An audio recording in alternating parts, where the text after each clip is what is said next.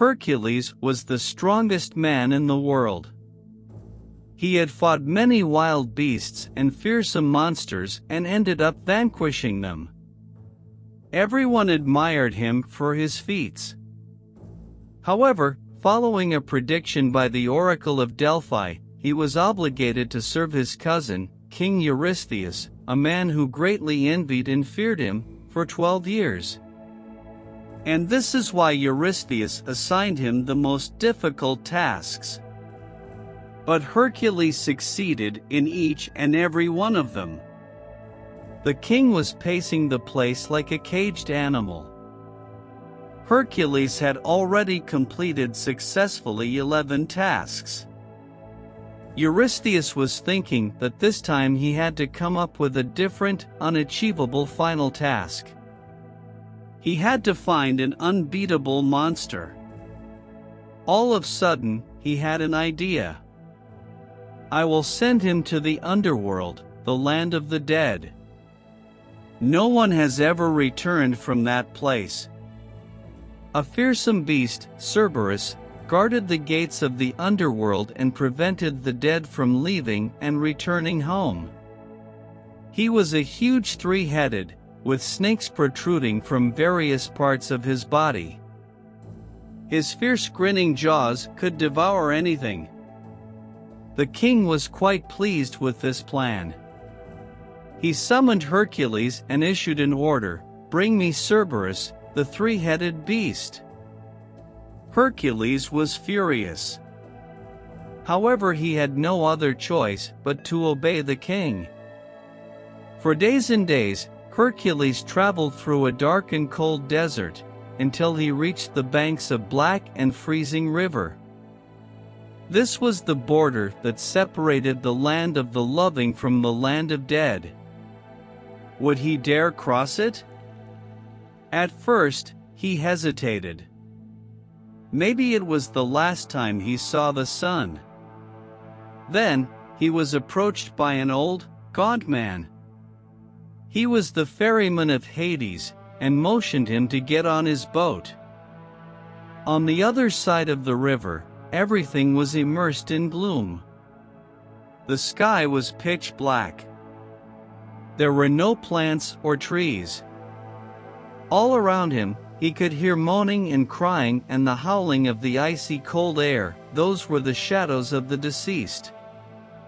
Sometimes he could feel their touch. Hercules shuddered. The rules of the underworld were Hades and his wife, Persephone. Hercules had to ask for their permission before he could fight Cerberus. Hades asked him with booming voice, "Wait, did you come down to the land of the dead since you are alive?" "I came to take Cerberus," said the hero and recounted his adventures. "I cannot allow such a thing," said Hades, shaking his head. "Cerberus is needed here to guard the dead. You may ask me anything but that." Nevertheless, Persephone was moved by his story. She whispered something into her husband's ear, and he nodded. "Fine, Cerberus is yours for a few hours," agreed Hades.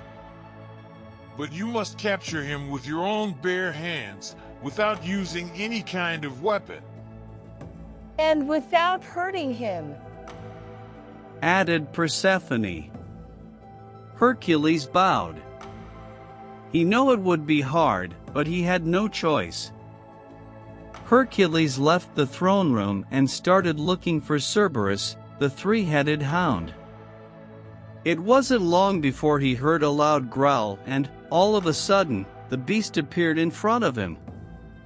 His fiery eyes were like beacons in the dark. The snakes on his back were hissing. His three gaping mouths were barking, making the earth move. Without hesitating, Hercules bravely attacked the frightening beast. Cerberus also lunged at him. The hero grabbed him and squeezed him with his strong hands. The beast's fangs sank in Hercules' body and the snakes started biting him. The pain was unbearable, but Hercules kept on squeezing hard. Cerberus began feeling suffocated and, in the end, accepted his defeat. He shot Hercules a look filled with despair. His eyes beseeched the hero to let him go. Hercules loosened his grip and dropped him on the ground. Cerberus sighed with relief. "I mean no harm, I promise, but you have to follow me." The dog agreed, nodding his 3 heads, and then collapsed on his feet, defeated. Hercules returned to Earth and took a deep breath. It is pure happiness feeling the sun on your face and being on the land of the living. Cerberus, however, was terrified. His eyes hurt because of the blinding sunlight. He whimpered and, as he drooled, poisonous plants sprouted from the ground. Panic spread in Hercules' wake at the sight of the 3-headed pond. The messengers run to notify the king. "Hercules is back! Hercules is back!" Impossible! How did he return from the underworld? No idea. But he brought Cerberus along with him. The 3-headed dog! Help! Help! Cried the king. He ran and hid in a ceramic jar and then hurriedly pulled the lid on top of him. He closed his eyes tightly, while his teeth were rattling in fear. Hercules reached the place of King Eurystheus only to find the door shut. Cousin. I brought what you had asked me for." The king curled up in the jar. He held his breath as he couldn't risk being heard. A guard approached Hercules and conveyed the king's orders. "Your feat is admirable. Now leave and go as far away as possible." "And what about Cerberus? What should I do with him?" "It's up to you. But never ever bring him here again." Hercules turned to the hound. "Run along now, you are free to go." Cerberus dashed toward the riverside and reached the entrance to the land of the dead. He barked one last time and disappeared into the earth. Hercules felt relieved.